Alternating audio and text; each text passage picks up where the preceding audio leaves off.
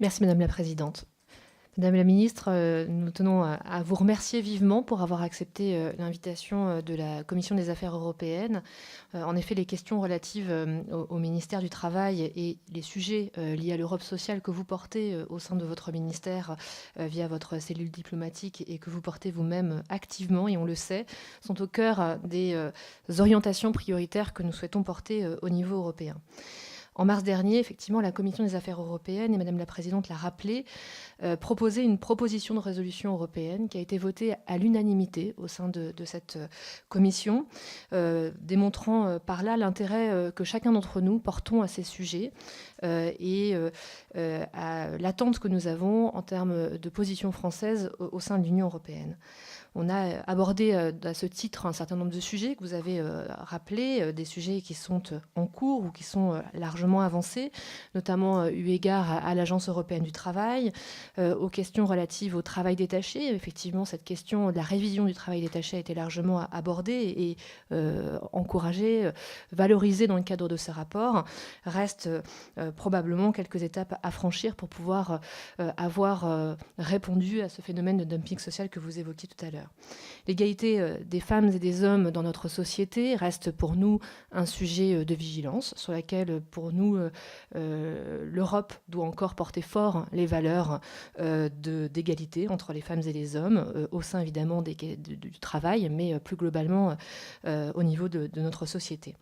L'efficacité du FSE a fait l'objet de nombreuses discussions au sein de cette commission, car nous pensons qu'effectivement ce budget très important au niveau européen, plus de 345 millions d'euros, doit pouvoir encore renforcer un certain nombre de lisibilité dans ses fléchages, d'efficacité dans son pilotage, pour lutter plus efficacement contre la précarité, contre ces parcours de carrière qui vont être de plus en plus bousculés, mais pourquoi pas en faire une richesse et en faire effectivement, comme nous avons pu le faire en France par cette loi liberté de choisir son avenir professionnel, un vrai instrument de mobilité et d'enrichissement des parcours professionnels et personnels.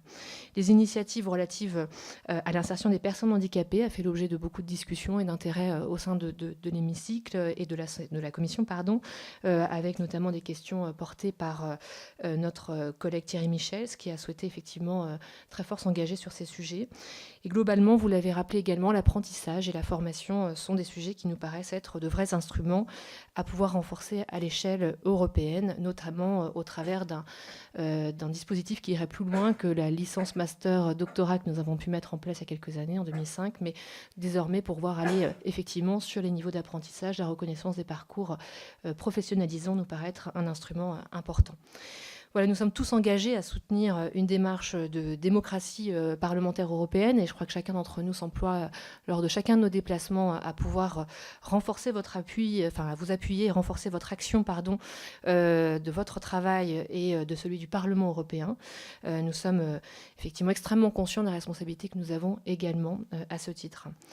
Notre enjeu aujourd'hui est, je crois, pour tous, de renforcer l'efficacité et la lisibilité pour une Europe plus proche de nos quotidiens, de l'évolution de notre société et de ses enjeux, notamment en matière de handicap, d'égalité femmes-hommes, comme je disais tout à l'heure, de la qualification de notre jeunesse et de ses apprentis, de nos travailleurs en termes de formation tout au long de la vie, des conditions de travail aussi et de sécurité, car l'Europe a beaucoup travaillé sur ces sujets et la France a également souvent suivi des directives européennes pour aller plus loin sur ces sujets au niveau national. Et j'irai aussi sur la question du dialogue social européen, qui me semble être là aussi un axe de démocratie qu'il nous faut pouvoir renforcer pour faire avancer et progresser notre société européenne. Ma question, Madame la Ministre, est donc la suivante. Pourriez-vous nous dire où en sont les réglementations françaises liées à la lutte contre le dumping social et à la lutte contre les fraudes prévues dans le cadre de la loi Liberté de choisir son avenir professionnel qui faisait suite à la révision de la directive concernant le travail détaché. Nous avons effectivement prévu un certain nombre de dispositifs et un certain nombre de réglementations étaient prévues dans ce cadre. et plus globalement, sur quelles discussions le gouvernement a l'intention de travailler avec l'Europe en matière de travail. Je vous remercie, Madame la Ministre. Le dialogue social européen, Madame la députée Grandjean, vous insistiez là-dessus, oui, c'est très important. Alors, vous savez qu'au niveau européen, il y a Business Europe qui représente les employeurs et la CES, la Confédération européenne des syndicats, qui représente les organisations syndicales. Elle est dirigée par un secrétaire général qui est Luca Vicentini et le nouveau président est Laurent Berger. Donc ça veut dire qu'on travaille déjà très bien avec Luca Vicentini et on va, j'allais dire, travailler de façon encore plus importante puisque on aura cette vision, je dirais, d'un dialogue social partagé. Alors par exemple, au G7, la CES fait partie des parties prenantes au G7 social. C'est une organisation dynamique et qui contribue à ces sujets, qui participe beaucoup au débat et aux travaux et qui permet aussi, je pense, de contribuer à avoir une vision européenne commune.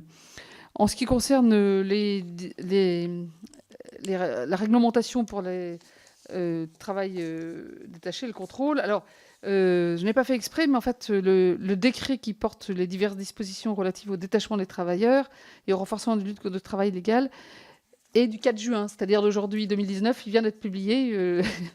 J'ai signé il y a quelques jours, il est publié aujourd'hui, donc c'est une coïncidence heureuse pour vous répondre. Et il y a un arrêté du même jour que j'ai signé également qui précise toutes les activités, notamment prestations de courte durée, événements ponctuels qu'il faut enlever parce que il y avait par exemple les sujets pour un match sportif ou le temps d'un concert. Il fallait faire toute la déclaration de travailleurs détachés. C'était une spécificité française un peu lourde, il faut bien le dire. Et à quelques jours du coup d'envoi des Bleus, ça m'a semblé utile qu'on les réglait. C'était une boutade, évidemment, la dernière remarque, mais c'était bien sur le fond. Alors, sur les contrôles, très importants, Madame Obono l'a rappelé aussi, évidemment, le travail détaché en lui-même, c'est très bien quand il correspond à la philosophie pour laquelle il fait. C'est qu'on ne trouve pas la main-d'œuvre qualifiée dans un pays et que ça peut permettre d'élargir les compétences. Et à condition que travail égal, salaire égal. Mais il y a des cas de fraude, on le sait. Et il y a deux instruments très importants. Au niveau national, déjà, c'est les contrôles. Donc, j'ai donné des objectifs importants d'augmentation. On a eu, en 2018, par exemple, 20 360 contrôles. C'est le nombre maximum depuis 1996, en forte augmentation depuis 2 ans. Et pour 2019, j'ai fixé un objectif de 24 000 contrôles. Et donc, cette année, ce sera le double du nombre de contrôles qu'on faisait en 2015. Alors, vous savez, les contrôles, l'efficacité, c'est aussi, si j'ose dire, c'est un peu la peur du gendarme. À partir du moment où on a des plans un peu massifs de contrôle, ça fait aussi un peu de prévention. Et je pense que ça sera efficace. On en a déjà effectué plus de 8000 depuis le début de l'année. Alors, en ce qui concerne la base des données dont vous avez parlé, sur le CIPSI, je crois qu'il n'y a pas du tout on ne masque rien, mais elle est un peu sur un modèle ancien. On en a fait une refonte avec un portail spécifique et la refonte du système de déclaration de prestations de services internationales est prévue et devrait être opérationnelle en juillet ou en août 2019. Donc on a un outil, je vais dire, modernisé sur ce sujet. L'autre aspect du contrôle, c'est évidemment l'autorité européenne du travail. Et vous l'avez soulevé, notamment, voilà, ça a été soulevé par plusieurs personnes, dont Madame la députée de Gois.